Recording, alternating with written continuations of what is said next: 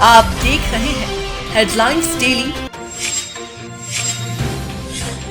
HT news. Bharat में राम मंदिर निर्माण का मुद्दा सदियों से चला आ रहा था। 5 अगस्त 2020 के ऐतिहासिक तारीख को अयोध्या में श्री राम मंदिर का भूमि पूजन संपन्न हुआ था। मंदिर निर्माण को लेकर भाजपा और कांग्रेस जैसे राजनीतिक दलों द्वारा कई बार एक दूसरे की आलोचना भी की जा रही थी। 5 अगस्त 2020 को मंदिर निर्माण की भूमि पूजन के बाद भाजपाई कांग्रेसियों के ऊपर यह कहते हुए हंस रहे थे कि कांग्रेस हमसे पूछती थी कि मंदिर वहीं बनाएंगे पर तारीख नहीं बताएंगे। लो अब तारीख भी बता दी।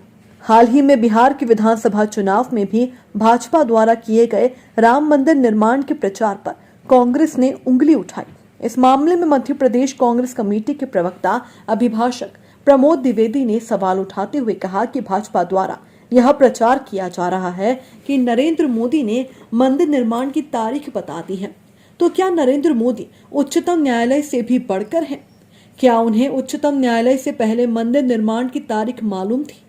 क्या राम मंदिर निर्माण का फैसला उच्चतम न्यायालय की बजाय नरेंद्र मोदी ने दिया है? श्री द्विवेदी ने कहा कि न्यायालय आदेश की अवहेलना हम सहन नहीं करेंगे।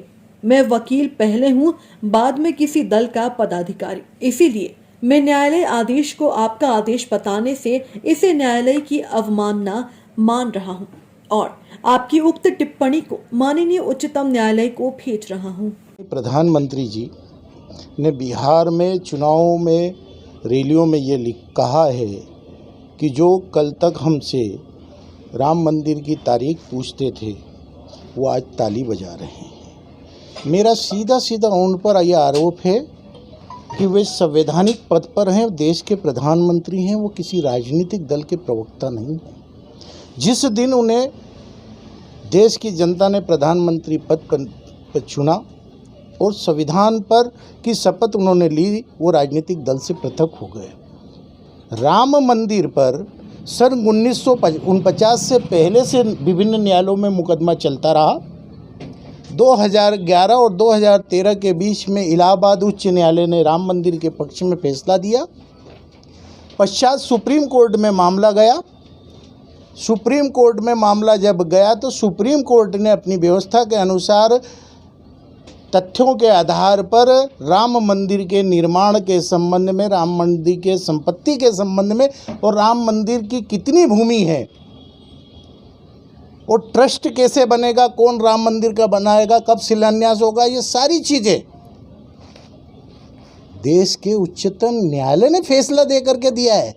मोदी जी, आप संवैधानिक पद पर हो, इसका मतलब आप बताना चाह रहे हो कि जो उच्चतम न्यायालय ने, सुप्रीम कोर्ट ने फैसला दिया वो आपके कहने पे दिया या वो आपने दिया और सुप्रीम कोर्ट ने पढ़ा?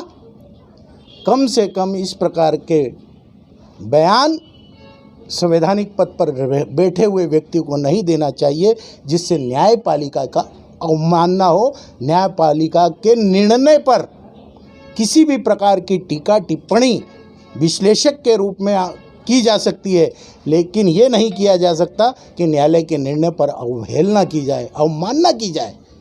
आप संवैधानिक पद पर हैं।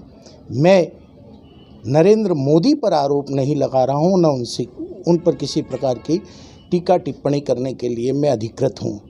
मैं उनसे केवल गुजारिश करूँगा कि वे संवैधानिक पद की मर्यादाओं का पालन करें और इस संबंध में उनके वक्तव्य जो बिहार में दिए गए हैं उन सारी वक्तव्यों की कटिंग मैं माननीय उच्चतम न्यायालय को प्रेषित कर रहा हूँ, जिनके द्वारा राम मंदिर के संबंध में अपने निर्णय दिए गए थे।